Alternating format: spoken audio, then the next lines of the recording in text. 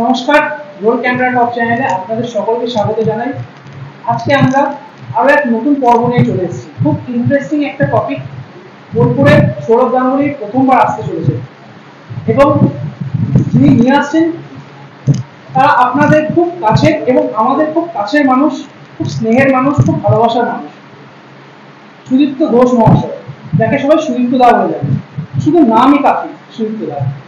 সুদীপ্ত দার কাছে আজকে আমরা চলে এসেছি এই সমস্ত বিষয় নিয়ে। সৌরভ গাঙ্গুলিকে কি করে তিনি পেলেন, কি কি চিন্তা ভাবনা আছে, কিভাবে উনি নিয়ে আসলেন, কিভাবে গেট অ্যাপয়েন্টমেন্ট পাওয়া গেল, সমস্ত বিষয়গুলো নিয়ে আজকে সুদীপ্ত দার কাছে আমরা এই পুরো বিষয়টি জানবো। তাহলে দেখতে চোখ রাখুন roll camera and top channel.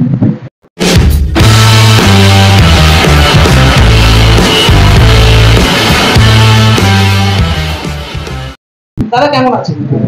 ঠিকই আছে, সকলে আশীর্বাদে ভালোই আছে। এত রোদ গরম আপনি মেনটেন করছেন কিভাবে? এত রোদ গরম ছোট থেকেই এই যে আমরা যেখানে বসে ইন্টারভিউ হচ্ছে আর কি, এখানটায় ছিল আমার মানে খেলার জায়গা। তো আমার ক্লাবের নাম ছিল ইন্টারন্যাশনাল। আচ্ছা। এই জন্য স্টেডিয়ামটা হয়েছে, এই মাঠে আমরা ফুটবল খেলতাম আর পাশের মাঠে আমরা ক্রিকেট খেলতাম, জন্য স্টেডিয়ামটা হয়ে রয়েছে। আপনি কোন খেলায় বেশি ইন্টারেস্ট রাখতেন? আমি বলি, আমাদের ছিল ইন্টারন্যাশনাল, তারপরে ফুটবলে যখন আমরা নামতাম তখন একটা আলাদা নাম নিয়ে নামতাম। যেহেতু কবিগুরু রবীন্দ্রনাথ ঠাকুরের স্মৃতি বিজড়িত শহর, আমাদের ফুটবলের সময় ক্লাবের নাম হয়ে যেত রবীন্দ্র সংঘ। আচ্ছা। তারপরে আমাদের আরেকটা টিম হলো মৈত্রী সংঘ। এই টিমটাকে নিয়েই ছিল আমাদের ক্লাব। পাশে আগাছা টাগাছা সব খেলতো, বিরাট মাঠ দেখছেন। এটা একটা, আমি নিজে ভাবি এটা একটা স্পোর্টস জোন হিসেবে। তো যেহেতু ছোট থেকেই এখানে এই মাঠেই আমাদের খেলাতে জন্ম, এই মাঠটাকে মায়ের মতনই ভালোবাসি। আমরা ক্রিকেট ফুটবল দুটোই খেলতাম। তখন পাড়ায় পাড়ায় তখন টুর্নামেন্ট চালু ছিল, 900 টুর্নামেন্ট চালু ছিল। এখন কিছুটা প্রতিহত হয়ে গেছে মোবাইলের যুগেই বলুন বা আধুনিকতার ছোঁয়াতে, সেই জায়গাতে পাড়ায় পাড়ায় টুর্নামেন্টটা প্রায় বন্ধ হয়েই পড়ছে। তবে আমরা যেহেতু জেলা ক্রীড়া সংস্থার সঙ্গে জড়িত, জেলা ক্রীড়া সংস্থার দুজন মানুষ খুবই অনুপ্রাণিত করে আমাকে, যে রামপুরহাটের সুশান্ত ব্যানার্জি এবং আমাদের বিদ্যাসাগর সাউ মহাশয়, এবং তার যে টিম আছে, আমরা সকলে মিলে একসঙ্গে কাজ করি। তো জেলা জুড়ে আমাদের এবং বোলপুর সাব ডিভিশন তার বাইরে নয়, এখানেও তাপস দে আছে, খুব ভালো কাজ করে তার টিম নিয়ে।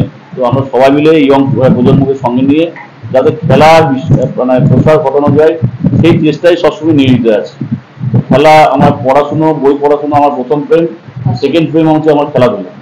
খেলাধুলা যখন যেখানে যেভাবে ডাকে, এবং আমার আন্তরিক ইচ্ছা হচ্ছে কি বোলপুরে যে বড় বড় ক্লাবগুলো আছে তার সঙ্গে ছোটগুলো ক্লাবগুলো আছে, তার মধ্যে সমন্বয় সাধন করা। অনেকটা করতে পেরেছি সবাই মিলে, আরও আমাদেরকে করতে হবে। কারণ খেলোয়াড় এবং খেলাতে দেখেছি ইগো খুব প্রকটভাবে থাকে আর কি মানুষের মধ্যে। আমার একটাই আবেদন সমস্ত এই বোলপুর সাব ডিভিশনের ক্লাবগুলোর কাছে, ইগো টিগো ত্যাগ করে আমাদেরকে সবাইকে একসঙ্গে নামতে হবে। যেমন আজকে সাব ডিভিশনাল বোলপুরের ক্রীড়াক্ষেত্রে আমাদের ক্রিকেট টিম ছিল না, তো কামরুল হক আছে, নিজে ভালো ক্রিকেটটা খেলতো, তার সঙ্গে তার টিম সবাই মিলে, এবং আমরা এসবিএসএ ডিএসএ থেকে সহযোগিতা করে আজকে 12টা টিম আমাদের এসবিএসএ খেলছে, বিউজে খেলছে। মানে আমরা চিন্তাই করতে পারিনি। আগামী দিনে এটা আরো 14-15টা ছড়িয়ে যাবে, যেভাবে আমাদের প্রসার ঘটেছে। চাকবাগলা মাঠে দুটো ক্যাম্প আছে, স্টেডিয়ামে রয়েছে একটা ক্যাম্প হয়, পাওয়ারডাঙ্গা মাঠে একটা ক্যাম্প হয়, সাবিশ্বরদীতে একটা ক্যাম্প রয়েছে।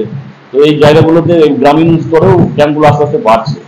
আমরা চাই খেলার প্রসার ঘটুক, ফুটবল, ক্রিকেট, তার সঙ্গে বাস্কেট, ভলিবল। একটা সময় বোলপুর রাজত্ব করতো বাস্কেটে, ভলিবলও ভালো রাজত্ব ছিল। এখন আর্চারিতে চলে গেছে, ক্যারাটে শিখছে, টেবিল টেনিস চলছে। কিছুদিন আগেই টেবিল টেনিসের এখানে প্রায় 700 থেকে 800 রাজ্য জুড়ে প্রতিযোগী এসেছিল, ছোট থেকে বড়, একদম বাচ্চা বয়স থেকে। সেই প্রতিযোগিতাও আমরা খুব ভালোভাবে সুসম্পন্ন করতে পেরেছি। বীরভূম জেলায় একটা ক্রীড়াক্ষেত্রে একটা স্থান আছে। আর্চারি, তীরন্দাজি যেটাকে বলে, তীরন্দাজি ক্ষেত্রেও আমাদের বহু আদিবাসী ভাইরা উঠে আসছে, শিডিউল কাস্ট টাইপ কমিউনিটি থেকে অনেকজন উঠে আসছে। যত খেলা হবে তত ভালো। আর খেলার মাঠ আমাদের বললাম যে মায়ের পর যদি প্রিয় থেকে কোথাও খেলা আছে, আমাদের এই স্টেডিয়াম মাঠ আমাদের প্রিয় মাঠ, বিএস এর শিউরি মাঠ আমাদের প্রিয় মাঠ, রামপুরহাটের যে মাঠ রয়েছে এসবিএস সেই মাঠ আমাদের প্রিয় মাঠ। এই আমরা প্রণাম করে ঢুকি, প্রণাম করে বেরোই, মায়ের মতনই ভালো খেলাধুলা প্রসার ঘটুক, এটাই আমরা চাই। আপনি যখন ছাত্র জীবনে যখন আপনি ছিলেন, তখন আপনি খেলাধুলাটাকে ন্যাচারালি ভালোবাসতেন। সেই গোল্ডেন পিরিয়ডটাকে কি আপনি এখনো মিস করেন, না এখনো কিছুটা মনে হয় যে একটু খেলি, খেলা? দেখুন, এখনো আমরা এই বয়সেও নেমে যাই, মাঝে মাঝে চোটও পেয়ে যায়। কখনো দেখি যে আমাদের ওয়ানডে হচ্ছে ক্রিকেটে দুবার হাত ঘুরিয়ে নিই, তারপরে লাগে, তারপরে পেশিতে টানও ধরে যায়, সেটা নিয়ে ভুগি। কিন্তু তখন আর মনে হয় না যে আমার বয়সটা হয়েছে, তখন আমাদের বাচ্চা বয়সের মতনই সেই সময়টা লাগে। তো দেখুন আমরা যখন খেলতাম তখন ধরুন আমরা 11 জন 12 জন 14 জন মিলে সবাই মিলে 50 পয়সা একটা টাকা দিয়ে একটা ছোট্ট ক্রিকেটে বল কিনে আসতাম। আর এখন দেখুন প্রচুর সরঞ্জাম, কিন্তু খেলোয়াড় খাইতে অভাব পড়ে গেছে। কিন্তু আপনি এসে দেখবেন এখানে এই ডাকবাংলো মাঠ স্টেডিয়াম জুড়ে যে স্পোর্টস জোনটা রয়েছে, এই স্পোর্টস জোনের চারিদিকে যে মাঠগুলো রয়েছে, 4-5টা মাঠ রয়েছে, ছেলেদের ভর্তি হয়ে যাচ্ছে। তার মানে আগ্রহ বাড়ছে এবং অভিভাবকরা আমার সাথে আগ্রহ দিচ্ছে, এবং সেই তাগিদেই আমরা এখানে সৌরভ গাঙ্গুলিকে নিয়ে আসছি। আমাদের উদ্দেশ্য হচ্ছে একটাই, বিবেকানন্দ বাণী অনুসারে, যে গীতা পাঠের থেকে ফুটবল খেলা ভালো।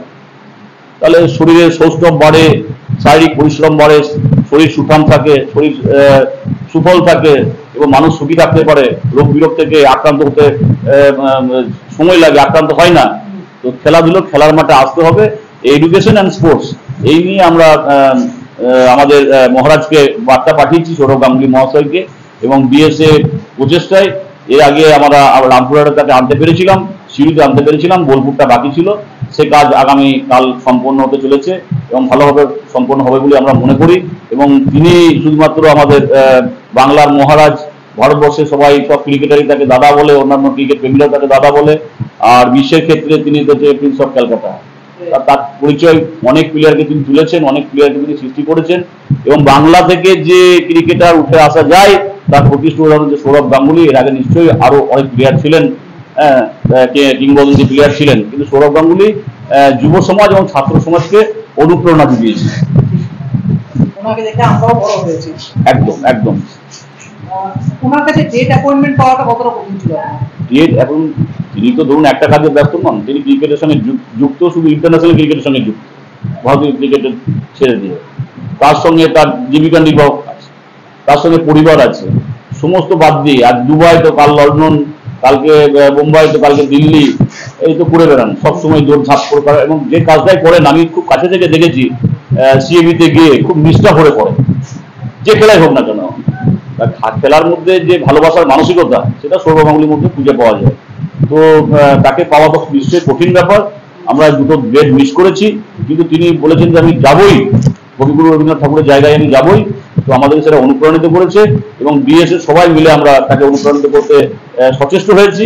আগামী দিনে তিনি আসছেন, আগামীকালই তিনি আসছেন, আর কয়েক ঘন্টার মধ্যেই আসছেন। আমাদের বোলপুরবাসী উৎফুল্ল, বীরভূমবাসী উৎফুল্ল, কারণ জানেন যে বোলপুর একটা কবিগুরু রবি ঠাকুরের স্মৃতিবিজড়িত শহর। এখানে আমাদের যা পরিচয় কবিগুরুকে নিয়েই, কিন্তু আজকে বিশ্ববন্দিত হয়েছে বোলপুর শান্তিনিকেতন, সেটা কবিগুরুকে নিয়ে। কবিগুরু ছাড়া তো আমরা আর কিছু বুঝি না। তো সেই শহরে তার পদার্পণ ঘটতে চলেছে। এখানে একটা গ্রামীণ শহর, এই গ্রামীণ শহরকে রবীন্দ্রনাথ ঠাকুর এবং তার পিতা দেবেন্দ্রনাথ ঠাকুর মহাশয় একটা জায়গায় নিয়ে এসছেন, বিশ্বের মানচিত্রে নিয়ে এসছেন। স্বাভাবিকভাবে এটা মফস্বল শহর, ছোটখাটো শহর, সেখানে সৌরভ গাঙ্গুলিকে দেখতে পাবে আমাদের গ্রাম বাংলা যারা মানুষ, তারা প্রচন্ড উৎসাহ বোধ করছে, এবং কালকে তার উৎসাহের যে প্রতিফলন মাঠে ঘটবে, এ বড় অপেক্ষা রাখে না। ওনার 9 তারিখে আসার কথা ছিল, কিন্তু যুদ্ধকালীন পরিস্থিতির জন্য কি ডেটটা পিছনো হলো? না না না, 9 তারিখে তখন যুদ্ধের কোনো বাতাবরণ ছিল না। ব্যক্তিগত কাজে তিনি ফেসে গেছিলেন বলে তিনি বলেছিলেন যে আমি পরে যাব। তার পরবর্তী ক্ষেত্রে তিনি আর একটা ডেট দিয়েছিলেন, কিন্তু লাস্ট ডেট 16 তারিখে হয়েছে, আগামীকাল সেই মহাযজ্ঞে আমরা সবাই মিলে সামিল হব। কালকের ডেটটাতে তিনি অবশ্যই উপস্থিত থাকবেন, ভলভো বাসে করে আসবেন, নিজস্ব গাড়িও থাকবে, ভলভো বাসে করে। গোটা সিএবি যে তার সতীর্থ আছে, তিনি সবাইকে নিয়ে থাকতে পছন্দ করেন। তার প্রকৃত উদাহরণ কালকে আমরা দেখতে পাবেন যে অনেক সিএবি কর্মকর্তা এখানে হাজির থাকবে। যখন 9 তারিখে যখন ওনার ডেট ক্যান্সেল হলো, তখন গোটা বোলপুরবাসী তথা বীরভূমবাসীদের কাছে একটা খুব শোকের বার্তা গেলে সৌরভ গাঙ্গুলি আসছেন না। আপনি যে আবার নিয়ে আসছেন, তার জন্য আমার দিক থেকেও অনেক থ্যাংক ইউ সো মাচ ওনাকে নিয়ে আসার জন্য। মানে মানুষের কাছে এটা একটা আবেগ। দেখুন, নিন্দুকেরা নিন্দা করবে, এটা আমি গ্রাস হয়ে নিয়েছি। আমরা জানি যে কঠোর পরিশ্রমের কোনো বিকল্প নেই। তো খেলার ক্ষেত্রে আনবো এই মানসিকতা, এবং খেলোয়াড়কে উদ্বুদ্ধ করার জন্য আনবো এই দৃঢ় মানসিকতা থেকে আমি বলছি যে কোনো কিছু হারানোর নয়। যদি আমি পরিশ্রম করি তার সুফল ফলবেই। অতএব আমরা লেগেছিলাম, এবং তিনি জানেন যে এই যে টিমটা রয়েছে, আমরা যারা অর্গানাইজ করছি, এরা প্রকৃত ক্রিকেট প্রেমী, এবং এদের মানসিকতা হচ্ছে গিয়ে মানুষকে নিজের ট্যাকের পয়সা খরচা করে, আমাদের যে সাব ডিভিশনাল স্পোর্টস অথরিটি আছে সেখানে ট্যাকের পয়সা খরচা করে খেলোয়াড় তৈরি করা। আমাদের ছেলেরা পিচ করেছে এখানে, ডিউজে পিচ করেছে, আমাদের এসডিএস এও দিইনি, ডিএস এও দিইনি, কিন্তু তারা এসডিএস এর সদস্য হিসাবে এবং ক্রিকেট প্রেমী হিসাবে যাতে বোলপুর থেকে অনেক ছেলে উঠছে সেরকম ডিউজের ছেলে উঠে আসে, তার জন্য প্রায় 2-3 লক্ষ টাকা খরচা করে তারা কালকে এইখানে পিচটা করেছে এবং সেই পিচে আমরা খেলা করাচ্ছি। একসঙ্গে একটা পিচ নয়, দুটো পিচ করেছি। সারাদিন সারা রাত দেখি ছেলেগুলো ব্যস্ত থাকে, কখনো জল ছেটায়, কখনো ঝাঁট দেয়, কখনো অন্যান্য যে আনুষঙ্গিক যে জিনিসগুলো আছে পিচের তৈরি করার জন্য সারাদিনই ব্যস্ত থাকে। তাই এইটাকে ভালোবাসার প্রতিফলন। এই ভালোবেসে যারা আসে, গান যারা ভালোবেসে গায়, তাদের গান শুনতে আর ভালো লাগে, গান ভালোবেসে গান, আর খেলো ভালোবেসে খেলো। তো সেই জায়গা থেকে আমাদের ছেলেরা যে ভালোবাসা দেয়, আমি তাদের সঙ্গে থাকি, একসঙ্গে থাকতে ভালোবাসি। এবং এই মাঠ প্রথমেই বলেছি যে আমাদের মায়ের পরে যদি কোনো স্থান হয়, এই মাঠ হচ্ছে আমাদের স্থান। এই মাঠে আমরা জন্মেছি, হয়তো এই মাঠে আমরা মৃত্যুবরণ করবো। কালকে মোটামুটি কত মানুষ আপনি এক্সপেক্ট করছেন যে এখানে এক্সপেক্ট করি মানুষ? আপনারা বলবেন যে কত মানুষ আসবে। আমরা তো চাই যে এই মফস্বলের ছোট্ট শহরে সব মানুষই আসুক এবং সৌরভ গাঙ্গুলি যে বক্তব্য, তিনি খুব ভালো বক্তব্য রাখেন এবং মানুষকে অনুপ্রাণিত করেন। এই প্রচেষ্টা অনেক ক্রিকেটার আছে, কিন্তু অনুপ্রাণিত করার যে প্রচেষ্টা সেটা সৌরভ গাঙ্গুলির মধ্যে আমি প্রকটভাবে লক্ষ্য করেছি। অতএব উনি এসে যে কথাগুলো বলবেন যে শিক্ষার সঙ্গে সঙ্গে খেলার যে একটা স্থান আছে, শিক্ষার মধ্যে যে খেলার স্থান আছে, শিক্ষা খেলা বাদ দিয়ে হবে না, খেলা শিক্ষা বাদ দিয়েও হবে না, এই দুটোর মধ্যে মেলবন্ধন করার জন্য তার বক্তব্য শুনতে হাজার হাজার মানুষ আসবে বলে আমি মনে করি এবং মা বাবারা অনুপ্রাণিত হবে এবং আগামী দিনে আমাদের বিভিন্ন জেলার খেলাটাকে এবং বোলপুরের খেলাটাকে আমরা আরেকটা জায়গায় নিয়ে যেতে পারবো তার সহযোগিতা। কালকে ভিআইপি পার্সন তো আমি বললাম যে সৌরভ গাঙ্গুলি আসছেন, আলাদা অনেক ভিআইপি আসতে পারেন। এটা আমাদের ক্রীড়া ক্ষেত্র, সিআইবির প্রত্যেকটি মেম্বার আসছে, প্রশাসনিক যারা হেড আছেন তারাও নিশ্চয়ই এখানে আসবেন। পুলিশ প্রশাসন এনকোয়ারি করে গেছে, পুলিশের ব্যবস্থা নিশ্চয়ই পুলিশ প্রশাসন সচেষ্ট আছেন, কারণ সৌরভ গাঙ্গুলি সেই মানের ক্রিকেটার এবং সেই মানের মানুষ গোটা ভারতবর্ষ নয়, যার বিস্তার পৃথিবী জুড়ে। অতএব তার নিরাপত্তার কথা তো পুলিশ প্রশাসন ভাববেই। আর আমরা যারা ক্রিকেট প্রেমী আছি বা এসডিএসএ বোলপুর, রামপুরহাট, সিউড়ি, ডিএসএ, বীরভূম আছি, তার নিরাপত্তা দেওয়ার জন্য পুলিশ প্রশাসন যেমন থাকবে, আমাদের কর্মকর্তা, আমাদের ছেলেপুলেরা এবং ক্রীড়া প্রেমীরা অবশ্যই তার নিরাপত্তা ভাবটা নিজের হাতে তুলে নেবে। সৌরভ গাঙ্গুলি আসছেন স্টেডিয়াম মাঠে, স্টেডিয়াম মাঠ থেকে পরবর্তী দিনে আইপিএল কি আমরা দেখতে পাবো? এই দেখুন, আইপিএল এর পরিকাঠামো কি এগুলো সম্পর্কে সম্যক জ্ঞান থাকা প্রয়োজন। তো সেই আইপিএল মাপের স্টেডিয়াম তো এটা নয়, এটা মফস্বলের একটা স্টেডিয়াম, যাতে মফস্বল থেকে ছেলেরা উঠে আসতে পারে, তার জন্য খেলার মাঠে যে পরিকাঠামো সেইটুকু আছে। অবশ্যই এখানে একটা টাইমে আইএফএ সিল্ড হয়েছে, হয়নি যে তাই নেই ফুটবলের ক্ষেত্রে। তো পরবর্তী ক্ষেত্রে যদি আমরা সেই পরিকাঠামো দিতে পারি, তাহলে নিশ্চয়ই তিনি আমাদের খেলা দিতে পারেন। সিউড়ি মাঠে আন্ডার-20 যে ডিউজের খেলাগুলো হয়, আন্ডার-14, আন্ডার-17, আন্ডার-19, সেগুলো সিউড়ি মাঠে হয়, ডিএসএ মাঠে হয়। তো সেরকম আইপিএল অনেক বড় ক্ষেত্র, সেই বড় ক্ষেত্র ইন্টারন্যাশনাল ক্ষেত্র, সেই ক্ষেত্র যদি আমরা দিতে পারি তাহলে নিশ্চয়ই উনি খেলার ব্যবস্থা করে দেবেন। আচ্ছা, একটা শেষ জিনিস শুধুমাত্র জিজ্ঞেস করি, সেটা হচ্ছে যে আমাদের ক্যামেরা বা রোল ক্যামেরা টকের পর্দা থেকে আপনি সমস্ত মানুষদের এবং ক্রীড়াপ্রেমীদের কি বার্তা দিতে চান? বার্তা একটাই দিতে চাই, আসুন ভালোবেসে খেলুন আর প্রকৃত শিক্ষা লাভ করুন। আর মোবাইল, ট্যাব বলুন বা কম্পিউটার বলুন, সেগুলো শিক্ষাক্ষেত্রে যেটুকু প্রয়োজন আছে সেইটুকু ব্যবহার করুন, বাদ বাকি সময় এসে মাঠে কাটান। যদিও এখন ইয়ং ছেলেরা আমি দেখেছি অনেক সচেষ্ট, তারা ব্যায়ামাগারে যাচ্ছে, জিমে যাচ্ছে, জিম করছে। জিমের সঙ্গে সঙ্গে বলবো শুধু লোহার লক্কর নিয়ে নয়, ফ্রি হ্যান্ড যে ব্যায়ামগুলো আছে সেগুলো খেলার মাধ্যমে যেটা হয়, সাঁতারের মাধ্যমে যে ব্যায়ামটা হয়, সাইক্লিং এর মাধ্যমে যে ব্যায়ামটা হয়, খেলার মাধ্যমে যে ব্যায়ামটা হয়, বাস্কেট খেলে যে ব্যায়ামটা হয়, ক্রিকেট খেলে যে ব্যায়ামটা হয়, ফুটবল বডি কন্ট্যাক্ট গেম সেগুলো খেলে যে ব্যায়ামটা হয়, ক্যারাটেতে যে ব্যায়ামটা হয়, সেটা তার মানে কি বলবো, তার ভাষা প্রকাশ করার মতো ক্ষমতা আমার নেই। মাঠের আবহাওয়া, মাঠের হাওয়া একটা বড় জিনিস। তাই মাঠে আসুন এবং সৌরভ গাঙ্গুলির বক্তব্য শুনুন।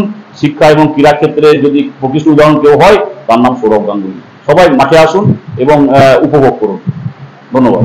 কালকে সকাল সবাই আসবেন, কালকে সৌরভ গাঙ্গুলি উপস্থিত হচ্ছেন ঠিক 3টের সময়, তাই তো দাদা? 4টের সময়। তাহলে কালকে সবাই, আপনাদের সকলকে আমন্ত্রণ থাকলো, সুদীপ্তদা আমন্ত্রণ জানালো, আপনারা সকলেই আসুন, সৌরভ গাঙ্গুলির বক্তব্য শুনুন, ওনাকে দেখতে আসুন। সকলকে অনেক অনেক ধন্যবাদ। সুদীপ্তদা আপনাকে অনেক অনেক ধন্যবাদ। আপনাদের চ্যানেল অনেক ধন্যবাদ। আপনাদের চ্যানেল সুদূর প্রসারী হোক এবং ভালো ভালো বার্তা, পজিটিভ বার্তা পজিটিভ ভাবে হোক, কোনো নেগেটিভ অ্যাপ্রোচ না থাকুক, এটাই আমি কামনা করি। আমরা